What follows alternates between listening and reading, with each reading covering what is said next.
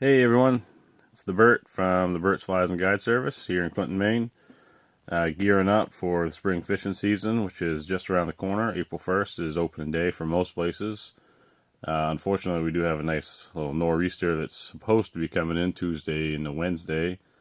Looks like a foot, foot and a half, 2 feet, something like that. Who knows? That's unfortunate. But it will put more water into the lakes, ponds, rivers, and streams. Just kind of pushes things back a little bit, but that's Maine. Uh, just getting some flies tied up. Actually, I'm completing an order right now for someone, but I will be stocking up my own fly box and my fly box for clients to use for the upcoming fishing season. And the biggest thing that I use early in the year are nymphs. I'm a big nymph fisherman. I've had great success on them. The biggest fish I've caught have all been on nymphs, and usually pretty small. And that's what I have in the vise today. So in the vise is just a pretty classic standard Hare's ear. This one is not a beadhead, like I said, just because it's an order for someone and they didn't want beadhead. I prefer the beadhead just because it helps, it gets down quicker. But this one I haven't finished quite tying yet, just because I'm going to kind of go through the materials. It's a pretty simple fly to tie, not a whole lot of materials, but there are a couple little tips about it. Probably kind of hard to see, and if the camera will actually focus on the fly, which it doesn't do very often. But anyways, this is an olive Hare's ear with gold ribbing, and the tail is actually a squirrel tail, just like that. The outer edge with the black and the white with a little bit of brown at the base. Right here, kind of where the wing casing will be tied in, is a nice little clump of some lead wire, just to add some extra weight to it, especially since it's not a bead head, just to help it get down. So that goes on first, and I always put a little head cement on that just to help lock it onto the hook so it doesn't slide around at all. Once I wind that down, then I throw in the squirrel tail fur. That stuff's a little tricky to tie in. It's real fine and it's real slick, so it slides around a little bit when you're tying it in. So it's real good to lock that down tight so it doesn't slide around on you. But real nice fur. It's the great color pattern on it. And then I put, which I don't know how well you can see. You kind of see it reflecting the gold ribbing. This is just a tinsel, silver on one side, gold on the other, and get 3 or 4 turns. This is a size 14 that's in there. I tie these from a 10 all the way down to 16, 18. So just the size of it depends on how many ribs you can actually get on it.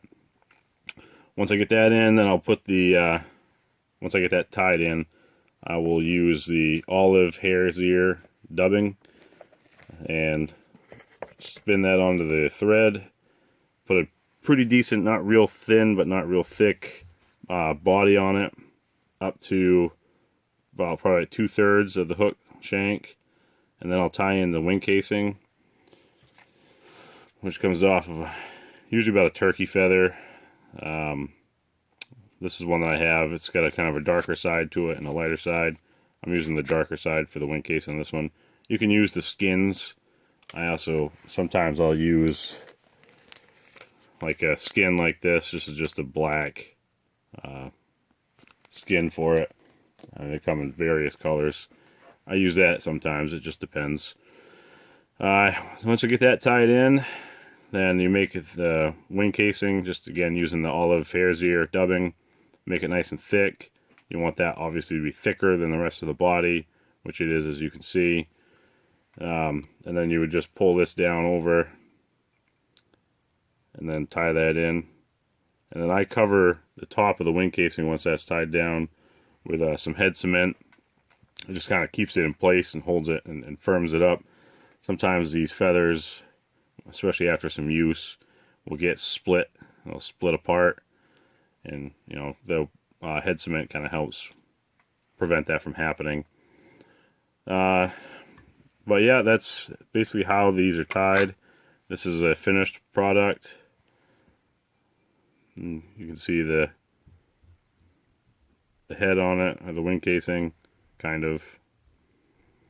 But that's the basic olive Hare's ear. I tie these in olive and like your tan, brown, with a bead, without a bead.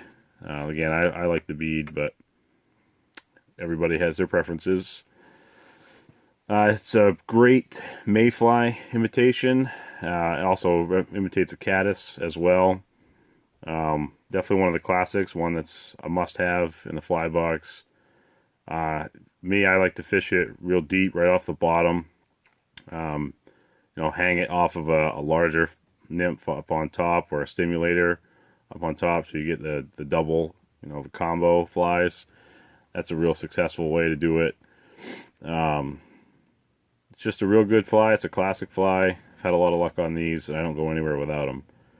So there it is, the Hare's ear olive nymph. If you like what you see, if you like my flies, please subscribe to my YouTube channel. Check me out on Etsy and Facebook. If you want to book a trip for the coming season, I've got a few spots in May still open, a couple spots in June still open. But I have had a lot of inquiries, and the weekends are most likely going to be filling up really, really quickly. So May and June are my favorite 2 months to fish, and then September into October in certain places. So book a trip. Check me out. Again, Etsy, Facebook, and subscribe to my channel on YouTube, The Burt's Flies and Guide Service. Thanks. Bye.